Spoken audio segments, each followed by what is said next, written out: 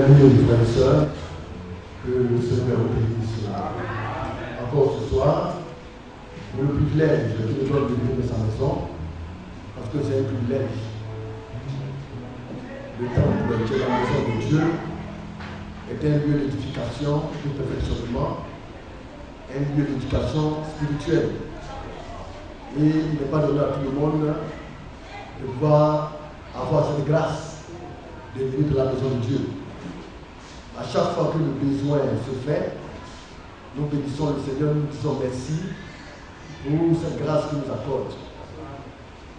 Et j'étais heureux hier quand notre sœur Yasmina m'a envoyé un message, parce que beaucoup de personnes l'ont obtenu, certainement, par SMS.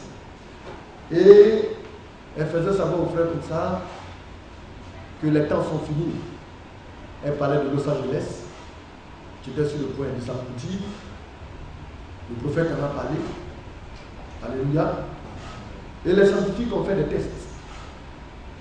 Après avoir analysé, ils ont trouvé que Los Angeles est sur une situation, une pente très glissante. Et que d'un moment à un autre, Los Angeles peut se retrouver au-dessous des eaux. Mais le prophète, poussé par l'Esprit de Dieu, dans le ainsi dit le Seigneur, l'a annoncé. Alléluia. Et il a dit quand nous verrons cela s'accomplir, c'est que le Seigneur n'est pas loin. Ça, c'est une prédiction qui n'est pas écrite. Mais c'est le ainsi dit le Seigneur de, vous voyez, de Dieu à son prophète. Parce que lorsqu'on parle de prédiction, Dieu aussi est celui-là qui annonce les choses à venir. Des choses qui ne sont pas forcément écrites, mais qui s'accomplissent certainement. Je pense que le prophète a eu cette vision, si je me trompe. Et il me semble qu'il y a eu 5 ou 6 qui sont accomplis. Alléluia. Maintenant, il y a aussi l'insigne du Seigneur de la parole de Dieu. Le Seigneur nous a interpellés. Et nous savons que la parole de Dieu ne faillit jamais et ne faillira jamais. Amen. C'est à cela que nous attirons l'attention des croyants. Tu vis dans ta maison, c'est bien. Tu travailles, il y a un bien-être à la maison, c'est heureux pour toi. Mais ne te focalise pas sur ces choses-là. Parce que d'un moment à un autre, tu vas les abandonner pour aller. Et même si tu ne les abandonnes pas, tu auras le souhait de voir, mais de ne pas pouvoir en jouir. Parce que les prophéties nous donnent, vous voyez, le visage de ce monde qui a à venir. Alors, la prophétie écrite nous dit de prendre garde. Que ce qui s'est passé au temps d'Abraham, n'est-ce pas? Le temps d'Abraham, c'est le temps de Sodome et Gomorrhe, le temps de l'autre. Ces mêmes choses se passeront avant l'avènement du Fils de l'homme, juste avant qu'il revienne. Mais qu'est-ce qui s'est passé avec Abraham? Le Seigneur, étant avec Abraham, a révélé à Abraham ce qui s'est passé en son jour. Alléluia. Le Seigneur a décrit à Abraham la révélation de son temps. Ce qui allait se dérouler, le jugement qui allait venir. Et en même temps, nous avons vu le jugement de Sodome et Gomorrhe qui a été dû à quelque chose. Et cette chose, ce sont les vices contre nature, dont l'homosexualité. Oui. Mais aujourd'hui, on est étonné et surpris. Cela devient maintenant un quotidien normal. Mais cela ne sera jamais normal pour les chrétiens. Parce que notre esprit rejette cela. Nous ne pouvons pas accepter l'homosexualité comme une situation normale. C'est un esprit démoniaque. C'est un esprit impur et mauvais. On doit chasser cela. Amen. Mais quand on apprend qu'il y a des pasteurs, oui, aujourd'hui même je dormais dans un songe, et puis j'ai vu cela. Des hommes qui vont faire des pactes pour s'enrichir.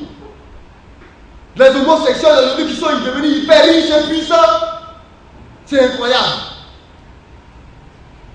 Aujourd'hui, tu es un bon allié, tu n'as même pas d'argent, tu es misérable et pauvre, il suffit de rencontrer un grand bonnet, un nouveau sexuel riche, tu deviens automatiquement riche.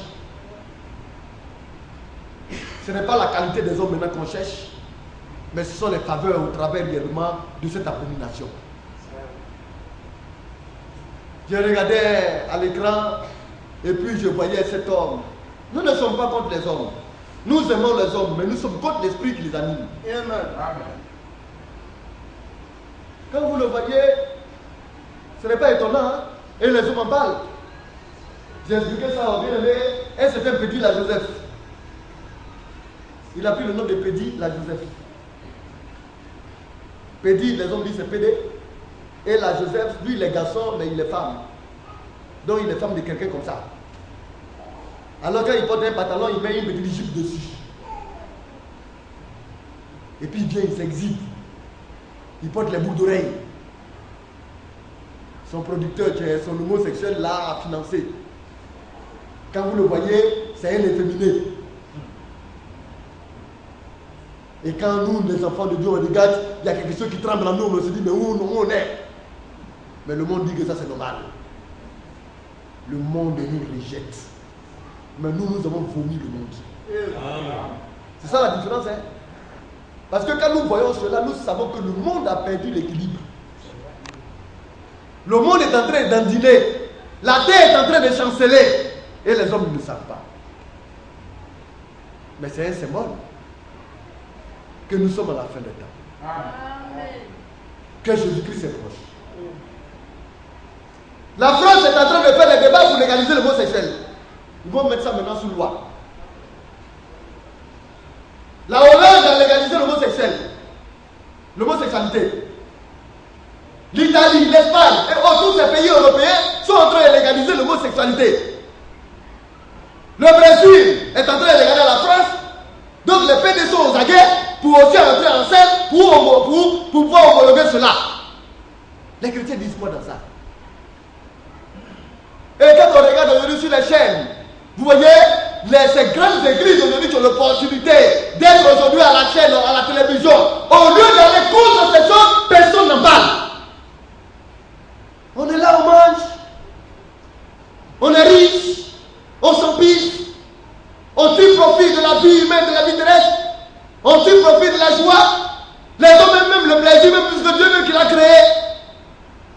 Oui, je suis bishop, les bishops passent, les évêques passent, les cardinaux se font voir, les pasteurs, surintendants et les présidents de l'église se font voir. Mais ils ne peuvent pas montrer du doigt cette abomination. Parce que ça va compromettre leur système et leur avenir. Mais nous prêchons pour le ciel. Amen. Dieu dit, c'est une abomination. Amen. L'homme peut d'aller délivrer. On est contre cet esprit. Amen. Alléluia.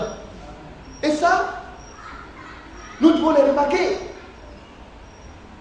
Quand aujourd'hui les hommes, c'est vrai que dans un pays, des hommes se sont levés et ont commencé par chicoter l'homosexuel.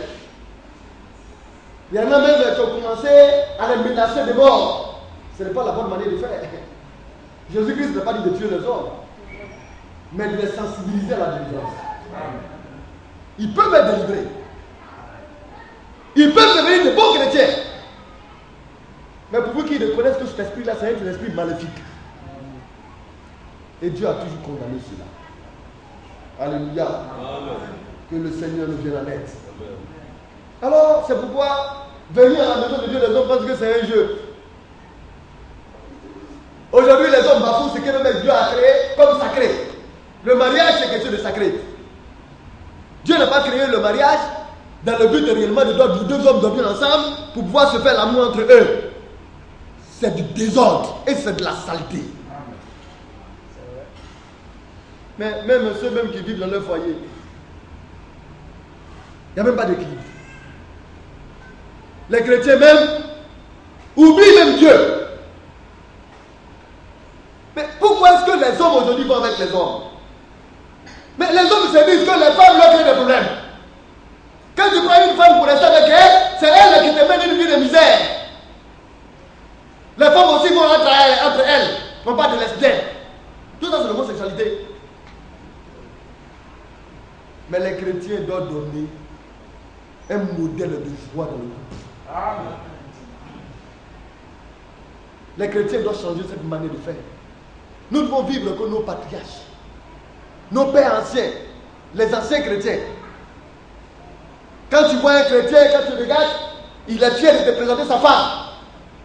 Ça, c'est mon épouse. Mais il y a un frère, on dit, est-ce que tu es marié? Oui, je suis marié. Mais où est ta femme? Et puis il la sèche. Parce qu'il a honte de la présenter. Qui t'a obligé de te marier? Si tu es marié là, donne la joie à ceux-là qui ont envie de se marier. Tu as la possibilité de créer du bonheur dans ton foyer. Qu'est-ce que tu attends? L'esprit qui est en toi est plus puissant que les esprits qui sont dans le monde. Amen. Le Dieu qui a institué le mariage et tu as mis l'esprit positif au sein du mariage, dis que tu peux y arriver. Amen. Que les chrétiens y critiquent, on ne va pas dire que c'est facile. Mais ils peuvent vous donner l'exemple de l'amour. Parce que si on donne l'exemple de l'amour, vous verrez que les PD là vont commencer réellement à se réduire. Qu'est-ce qui a fait que les hommes ont commencé à s'aimer entre eux? C'est un mauvais esprit, un esprit impur qui a fait cela. Et nous devons aller contre ces esprits impurs en les chassant. Alléluia. Amen. Si on prend un PD, lui, mon frère, je t'aime, mais tu as besoin de délivrance. Tu as un sérieux problème, tu as besoin d'être délivré. Et puis c'est la vérité.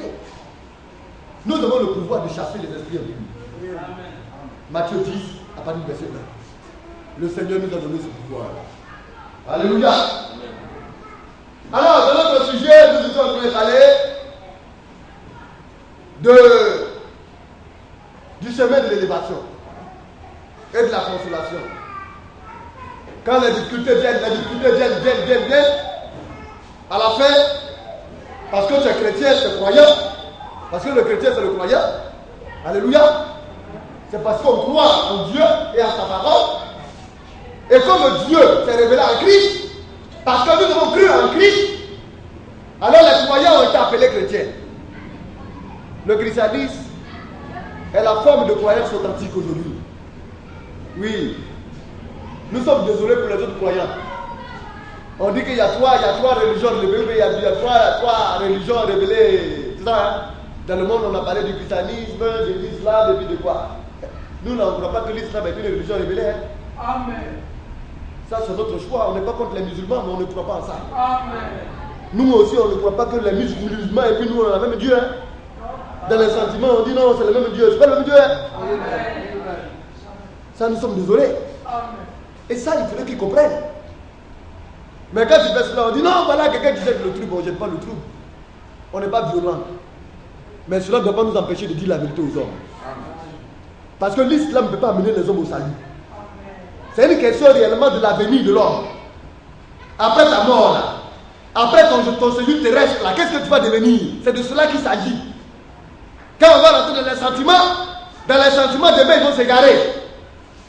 L'islam ne peut pas donner la vie à quelqu'un. L'islam ne peut pas donner le salut à quelqu'un. Alléluia. Le judaïsme et nous avons les mêmes dieux. Alléluia. Parce que le judaïsme, le Dieu du judaïsme, c'est le Dieu d'Israël. Et ce Dieu d'Israël, c'est lui qui a ouvert maintenant la porte aux païens que nous sommes. Donc le Dieu d'Abraham, d'Isaac et de Jacob, aujourd'hui on dit que c'est le Dieu de Mahomet. C'est faux. Mahomet prétend. Alléluia. Les Juifs même ne reconnaissent même pas l'islam. Les Juifs prennent l'islam comme étant une abomination. Mais les Juifs, c'est vrai qu'ils rejettent le Christ, parce qu'ils n'ont aucune révélation encore du Christ. Mais les chrétiens savent, alléluia, que le Dieu de Christ, alléluia, c'est le Dieu des musulmans. Alléluia. Alléluia. Amen. Et là, ce n'est pas une confession que je fais en disant que Jésus-Christ est le Dieu tout-puissant. Alléluia. N'est-ce pas? Amen. Notre Dieu tout-puissant, c'est Jésus-Christ. Et c'est lui qui s'est révélé à Abraham sous d'autres cieux. Alléluia.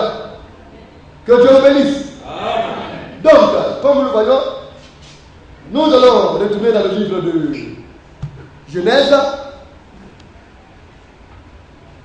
Genèse 37. Donc nous étions en train de voir cette histoire de Joseph. Le chemin de l'élévation, la finalité de la consolation. Cela passe par le mépris, le rejet, le preuve de l'amour, la révélation, l'élévation et la consolation. Normalement, c'est le chemin que doit emprunter le chrétien. Tout chrétien passe par là. Tout chrétien sera rejeté d'un moment, d'une manière ou d'une autre. Si tu ne l'as pas encore été, c'est que ta foi n'est pas exacte. C'est qu'il y a quelque chose qui cloche. Il y a quelque chose qui ne va pas. Parce que depuis combien de temps tu as cru? Et puis tu vis ta vie comme autrefois tu étais dans le pays, dans le monde. C'est qu'il y a quelque chose qui ne va pas. On doit te rejeter quelque part, on doit te mépriser quelque part. Alléluia. Amen. Alors, Joseph, qui est bien la quatrième type de Christ, nous aurons l'occasion de le voir, si Dieu le permet. Joseph était tout petit avec des songes.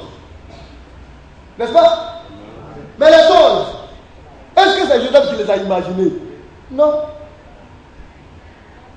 Mais seulement, c'est une main puissante qui a révélé cela à ce jeune homme. Lui, il n'a fait que voir. Et quand tu vois une bonne chose, c'est une bonne nouvelle. C'est bon de savoir que les hommes viennent et c'est écrit au-devant de toi. Ça baisse au-devant de toi. C'est bon de savoir que tu es élevé au-dessus des hommes. Mais le chemin finit à l'idée. Une chose consiste à te montrer. Mais une autre chose est de concrétiser cette chose. Mais le chemin finit à l'idée. Est-ce que tu connais ce chemin? Et c'est ce que ne savait pas le petit Joseph. Le Seigneur lui a montré son élévation et sa dominance sur ses frères. Mais comment allait-il y arriver? Lui, il a vu, il est content. Il est parti parler à papa. Alléluia. Il allait parler à ses frères. Papa a gardé cela en lui. Il pensait à cela. Mais ses frères se sont élevés contre lui et ont commencé par le jalouser. C'est là que les problèmes ont commencé. Même entre nous, frères. C'est ça un peu l'état de l'homme. L'homme là, tu regardes ton frère, tu dis c'est mon frère. Mais l'homme lui-même, si le Saint-Esprit n'a pas circoncis son cœur, l'homme est un vecteur dangereux. Tu ne tireras rien de bon en lui. Au contraire, il ne passera son temps qu'à te nuire. D'une manière ou d'une autre. Nous allons lire un peu le livre de Job. Job chapitre 15, rapidement. Nous allons avancer un peu rapidement. Job chapitre 15. Le frère va nous lire cela rapidement. Madame Touna qui trouve. À bas verset 14. Qu'est-ce que l'homme? Dieu dit l'homme il est quoi? Alléluia. Mais l'homme c'est qui? C'est toi mon frère que je regarde. Ma soeur, c'est toi. C'est moi. C'est nous qui sommes là. L'homme en tant que grâce. Avant notre conversion. Si tu es converti. Alléluia. Mais il y en a qui ne sont pas encore convertis. Leur personnalité animale existe encore. C'est en cela qu'on voit l'homme, il donne des coups de poing, il se bat avec sa femme, la femme se bat avec son mari, il s'insulte. L'animosité encore est en lui. La circoncision de l'esprit n'a pas eu lieu totalement. Son instinct animal existe encore. Il a besoin de travailler. C'est de sa vie qui en dépend. Alléluia. Amen. Quand il se lève, et puis il se dit chrétien, et puis il a une copine, il a des copines. Quand il est là, et qu'il fait du monde son amitié, son instinct d'animosité encore est là. Il n'est pas encore délivré. Il devient réellement un problème au milieu de la congrégation chrétienne. Mais il doit se battre pour y sortir. Amen. Venir à l'église, pour lui, c'est une torture. Sur les gens qui venaient à l'église, il doit se débattre. Il a eu une insolence à venir à l'église, il n'y a pas de joie. Son esprit d'animosité encore là. Mais pourtant, il doit sortir de cela. Amen. Il a un problème avec les autres. Il ne sait pas pourquoi. Mais parce qu'il n'est pas encore circoncis par l'Esprit de Dieu. Alors qu'est-ce que l'homme? Pour qu'il soit pur. C'est ce que nous dit le Job. Il n'y a rien de bon en lui. Qu'est-ce qu'il est pour qu'il soit pur? Oh, la pureté, c'est la parole, dans laquelle il n'y a pas de mélange, il n'y a pas de faille. Celui qui est né de la femme, peut-il être juste? Quand il posait cette question, en ce moment-là, il n'y avait pas de remède. Bon, aujourd'hui, il y a un remède. Amen. Nous pouvons être purs par le sang de l'agneau et par la parole de Dieu qui nous purifie. Aujourd'hui, il y a de l'espoir. Donc, quand on dit, lui, il a telle chose, il fait telle chose, il n'est pas encore circoncis, mais il peut être circoncis s'il le veut. Il peut changer de vie s'il le veut. Mais il faudrait que cela lui vienne du cœur profond. Il faudrait qu'il prenne conscience enfin de sa vie et de sa marche. Et continuez le verset 15. Si Dieu n'a pas confiance à ses saints, vous voyez même dans les saints, quand même tu es un saint, cela ne suffit pas. Les hommes pensent que quand on dit saint, ça veut dire que tu es parfait. Non, c'est beau, tu commences bien, mais il y a du travail, il y a des failles. C'est pourquoi un saint, c'est celui-là déjà qui a une identité en Christ, mais tu as besoin d'être perfectionné, tu as besoin d'être taillé, afin réellement d'atteindre la perfection. Dieu n'a pas confiance aux saints, à ses saints. Si les cieux ne sont pas purs devant lui, même les cieux, c'est pour décrire, démontrer un peu la sainteté extrême de notre Dieu. Il est parfait dans la pureté de la sainteté. Comme vous voyez, l'être abominable et pervers, l'homme qui boit l'iniquité comme de l'eau. Oui, quand l'homme ne connaît pas Dieu, il est un être abominable et pervers. Regardez la perversion. Quand un homme se lève pour aller avec l'homme, quand un homme a beaucoup de milliards de dollars, la Bill Gates est haute là. Et lui, il est là, il est au milieu de beaucoup de milliards de dollars. Mais il fait quoi avec ça? Alléluia. Mais il ne peut pas dépenser tout cet argent. Dieu qui va mourir pour laisser. Bien aimé, l'homme boit l'iniquité comme de l'eau.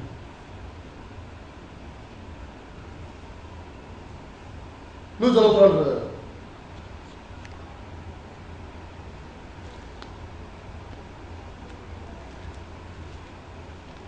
Alléluia.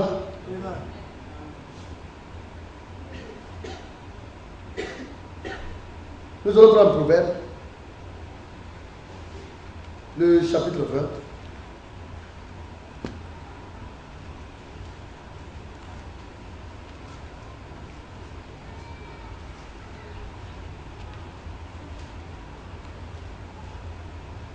Et lis le verset 24.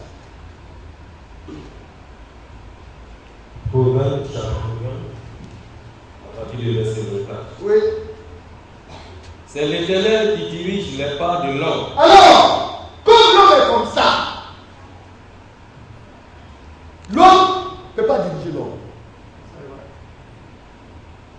Oui. Quand l'homme dirige les hommes, il y a beaucoup de dégâts. Parce qu'un seul péché, il a détruit beaucoup de biens. Et regardez la politique. Hitler était un leader. Quand il a dirigé les hommes, où les a-t-il menés? À l'abattoir. Combien a-t-il mené des hommes? Des milliers, pour ne pas dire des millions. Prenons la crise citoyennes, les leaders politiques. Le gars d'Alassane avait ses ordres, du président Alassane, le président Gbagbo. Celui-là qui a été vaincu, où est-il? Où sont ses ordres? De la débandade. Alléluia. Expatriés. Ils sont devenus étrangers même à leur pays. Pourquoi? Parce qu'ils ont suivi l'homme. L'homme peut sembler être incroyant. Mais l'idéologie qui mène à la terre n'a pas de remède. Parce que la politique humaine, c'est ça. Chercher toujours le bien-être des hommes. Sans pouvoir jamais y arriver de manière parfaite. Parce que quand il y arrive, s'il y a une frange de la population qui a eu réellement un élève, peut-être c'est 5 ou 10%. Et le reste? Mais c'est une réalité. Le président Alassane a parlé de 1 million d'emplois pour les jeunes. D'ici 2015, n'est-ce pas? Mais 1 million. C'est combien de millions de jeunes? C'est une goutte d'eau de la mer. Et puis c'est 1 million d'emplois. C'est pour peut-être compenser les formes de satisfaction. Aujourd'hui, un homme qui a 100 000 francs par mois, il vit dans la précarité. Aujourd'hui, quand tu as le BTS, quand tu as des diplômes, si tu as trop, c'est 100 000 francs, mais ça c'est 40 000 francs. Ça va te permettre de vivre comment? C'est le bonheur là, ça? L'homme ne peut pas diriger l'homme. Et ça, il faudrait que les hommes le comprennent. L'homme ne peut pas amener l'homme dans le bonheur. C'est l'Éternel qui dirige les pas de l'homme. Il faudrait que l'homme comprenne, en dehors de Dieu, il n'y a pas de solution. Le gouvernement humain est un massacre. Mais le gouvernement de Dieu, ils le verront bientôt dans le million. C'est là où on voit la différence entre le règne de Dieu et le règne des hommes. Mais nous devons activer la venue du règne de Dieu. Mais cela n'est pas trop loin. Parce que le jour que l'enlèvement aura lieu, on comptera cette année, jour pour jour, pour que cela arrive. Alléluia. Donc, pour nous croyants, c'est cela. C'est pas venir à l'église, écouter la parole de Dieu, c'est laisser Dieu diriger nos pas. Ne mets pas ta confiance à un homme. Ne le fais jamais, bien-aimé. L'homme ne saurait t'amener nulle part. Mais quand nous venons ici, nous ne venons pas pour vous amener à mettre votre confiance en nous. Mais nous vous présentons quelqu'un qui est sûr de vous amener à bon port. Amen. Et c'est le Christ. Amen. Mais l'homme peut-il le comprendre de sa voix? Est-ce que l'homme peut comprendre sa voix? L'homme agit d'une manière ou d'une autre, il pense que réellement il est dans le bon. Mais c'est ce qu'ont fait les frères de Joseph. Est-ce qu'ils comprennent leur voix? Alléluia. Ils ont regardé comme le frère avait des songes et que dans les songes, il a été dit que le petit frère allait dominer sur eux, allait régner sur eux. Ils ont commencé par prendre des dispositions à faire échouer tout le dessein de Dieu. N'est-ce pas? Nous allons faire une lecture rapide de Genèse. Genèse 36. Quand nous allons un peu vite, le frère va faire une lecture rapide. Avant il verset 8 jusqu'au verset 18. Rapidement. Genèse chapitre 27, à partir du verset 8. C'est frère lui dit, est-ce que tu régneras sur nous? Est-ce que tu nous gouverneras? Et il le haït encore davantage. Alors ils l'ont haï, ils l'ont méprisé. Ils l'ont méprisé. Il ne veut même plus le sentir à cause des révélations qu'il a eues. Oui, frère. À cause de ses songes et à cause de ses paroles. Il lui encore un autre songe. Et il le raconta à ses frères. Et il dit, j'ai eu encore un songe. Et voici, le soleil, la nuit, et 11 étoiles se prosternèrent devant moi. Et le raconta à son père et à ses frères. Son père le réprimanda. Et lui dit, que signifie ce songe? que tu as eu, faut-il que nous venions, moi, ta mère et tes frères, nous prosterner à terre devant toi?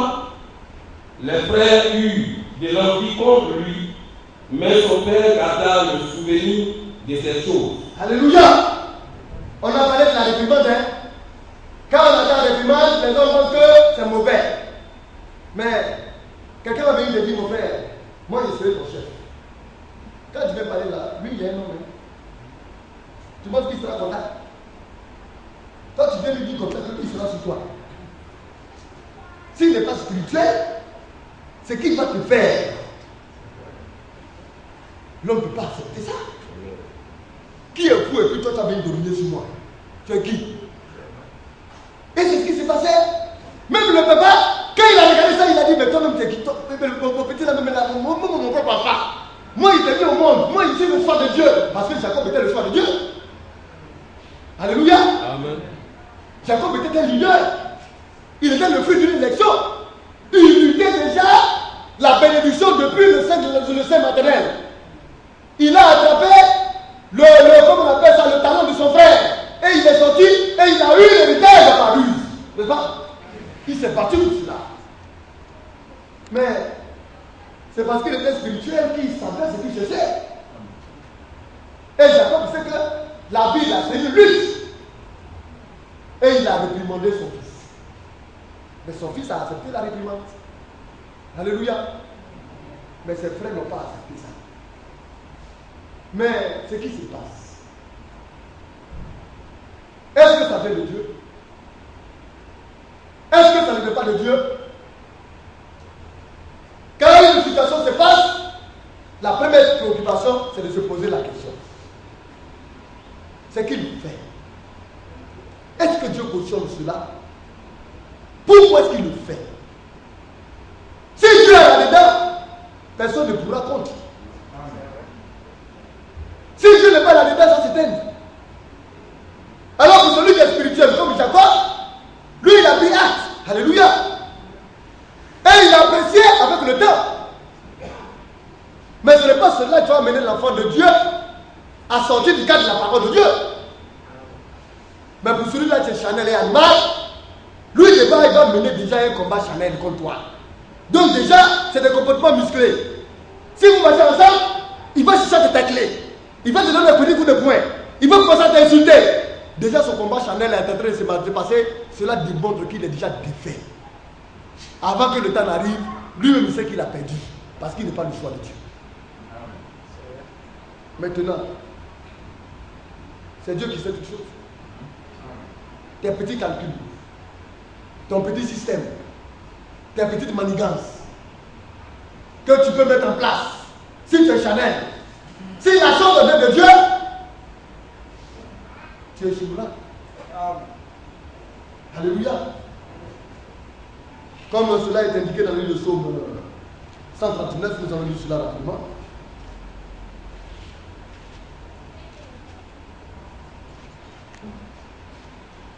Psaume 139. Au chant des chants de David, psaume. Éternel, tu me sauves et tu me connais. Alléluia. On aurait pu dire, c'est le langage de David de Judas. N'est-ce pas? Ici, c'est David qui parle. Tu me connais. Tu me sauves. Tu sais quand je m'assieds et quand je me lève. Dieu ne sait pas tout. Quand le petit Joseph s'assied, Dieu le sait. Avant qu'il ne se lève, Dieu sait qu'il va se lever. Tu me lèves de loin de penser ma pensée. Avant que même je ne pense ce qui va avancer, ce qui va arriver, toi le Seigneur déjà tu le sais. Tu sais quand je marche et quand je me couche. Et tu pénètres toutes mes voies. Car la parole n'est pas encore sur ma langue. Que déjà éternel, tu la connais entièrement.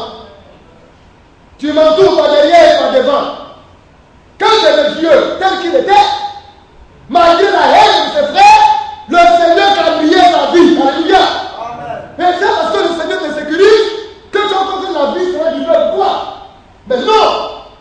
C'est parce que c'est de Dieu que les réalités et les difficultés vont jalonner ta vie pour que le Seigneur te démontre qu'il est avec toi. Et c'était cela pour Joseph. Le Seigneur était bel et bien avec lui, mais les épreuves allaient jalonner sa vie. Alléluia. Et le Seigneur l'entourait, pas derrière comme pas devant. Et tu mets ta main sur moi. Le Seigneur met la main sur lui, n'est-ce pas?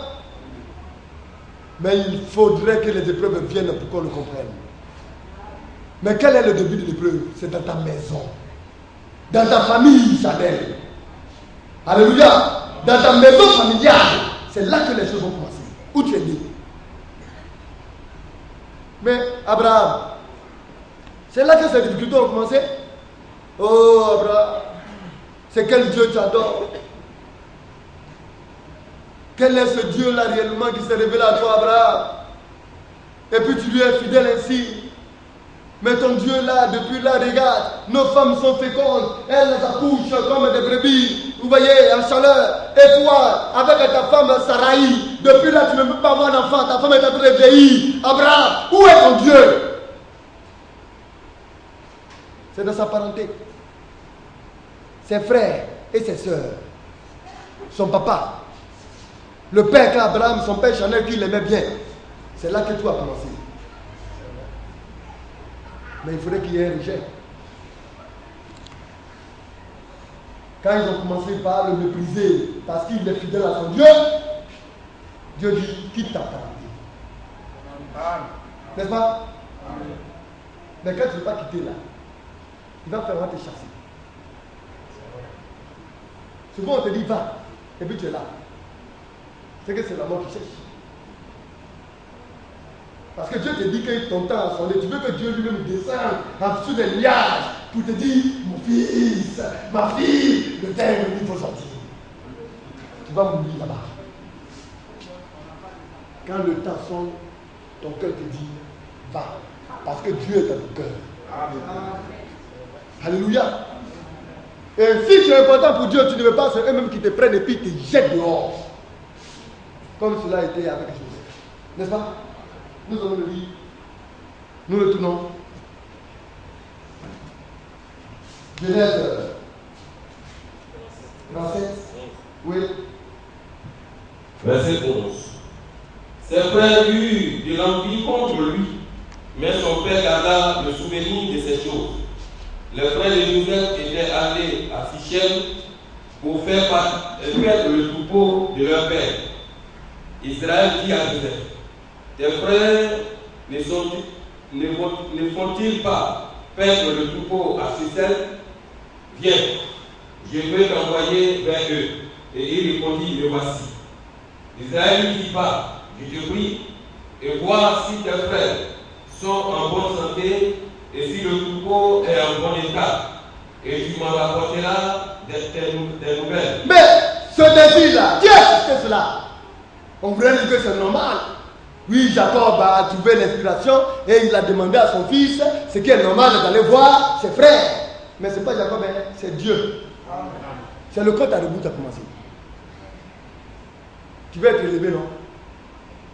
Voilà le chemin que tu dois faire. Alléluia. Amen.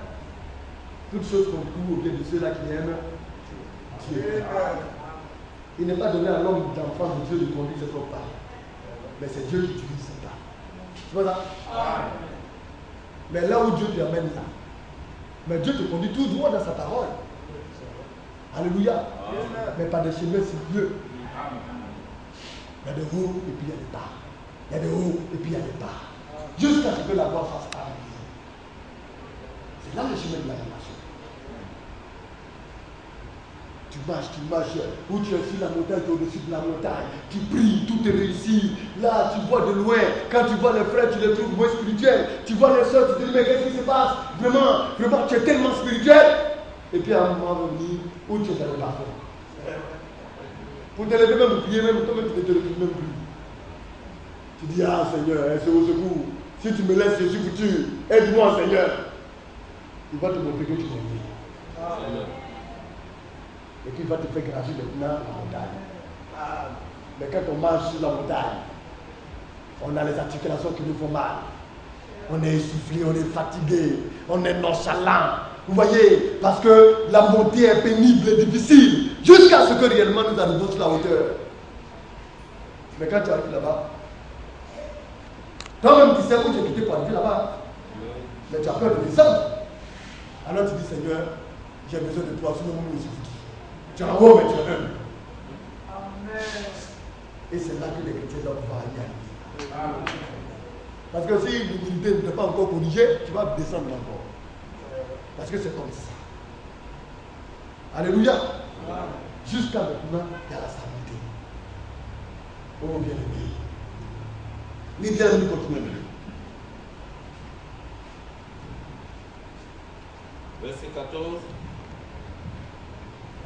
Il envoya ainsi de la vallée des monts, et Joseph alla à Sichem. Un homme le raconta comme il irait dans les champs, et le questionna en disant, que cherches-tu? Joseph répondit, je cherche mes frères. Dis-moi, je te prie, où ils font perdre leur troupeau. Et l'homme dit, ils sont partis d'ici, car je les ai entendus dire, allons à Dothan. Joseph alla après ses frères et il les trouva à Dothan.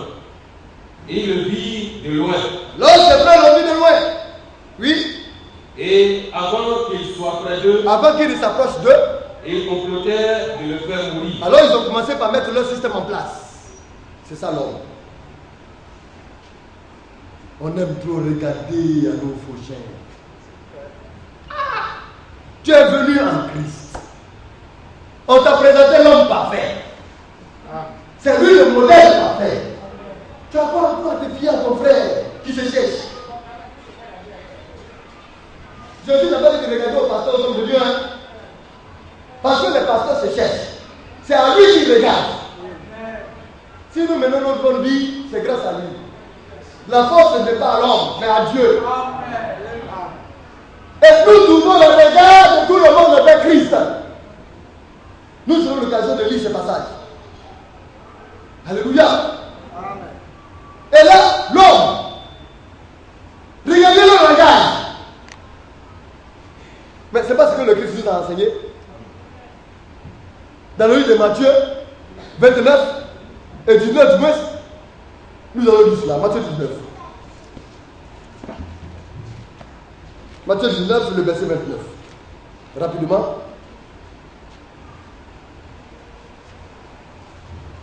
Matthieu Non, 19. on va lire d'abord Matthieu 15. Matthieu 15. C'est ce passage à qui je cherche. Matthieu 15, Matthieu 15, le verset 19. le verset 19. Oui. Car c'est du cœur que viennent les mauvaises pensées. C'est du cœur.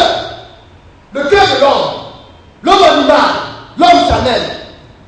Quand il s'assoit, dans ce cœur viennent les mauvaises pensées. Voilà ce qui est en l'homme. C'est pourquoi Dieu amène tout homme à venir à la conversion. Quand l'homme n'est pas converti, il est un vecteur dangereux pour son épouse. Elle est un vecteur dangereux pour son époux. Il est un homme dangereux parce que son cœur n'est pas de Dieu. Mais quand il est circoncis, quand il a l'esprit, il devient docile, responsable. Il devient vraiment amoureux des choses de Dieu et de ce fait-là, maintenant, il devient maintenant un bienfaiteur pour son prochain. Les frères de Joseph, c'est ce qui était en eux. Oui, frère, nous continuons à dire rapidement. Les meurtres, les adultères. Alors, c'est du cœur de l'homme. C'est du cœur que viennent les mauvaises pensées. Le meurtre, vous voyez, ils ont pensé en lui, en eux, vraiment le désir de le tuer. C'est une mauvaise pensée. Comment les hommes peuvent-ils se mettre là et puis comploter la mort de quelqu'un? Et c'est ce qui était en eux. Les meurtres, les adultères. Un homme qui voit la femme de quelqu'un passer et puis il se déguise, il se fait réellement des idées de comment il va la prendre. C'est des pensées souillées.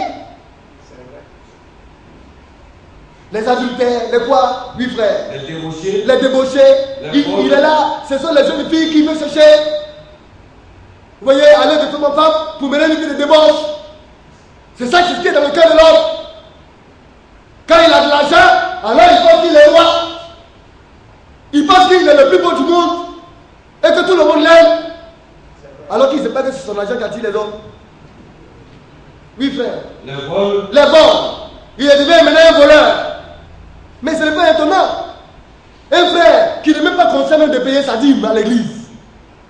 Mais c'est un voleur. Amen. Mais cela dépend de quoi. Il est quoi? Il est encore à l'état primitif. C'est un animal. Il n'est pas encore spirituel. Parce qu'il ne comprend pas les données de Dieu. Oui, frère. Les faux témoignages. Les faux témoignages. Il va et il témoigne forcément contre son frère. Il calomnie son frère. Il parle mal de son frère. C'est l'homme animal. Oui, frère. Les calomnies. Les calomnies, oui. Voilà les choses qui suivent l'homme. Et c'est ça qui souille. C'est ça qui fait de lui un mauvais homme. Cela ne peut pas te rapprocher de Dieu.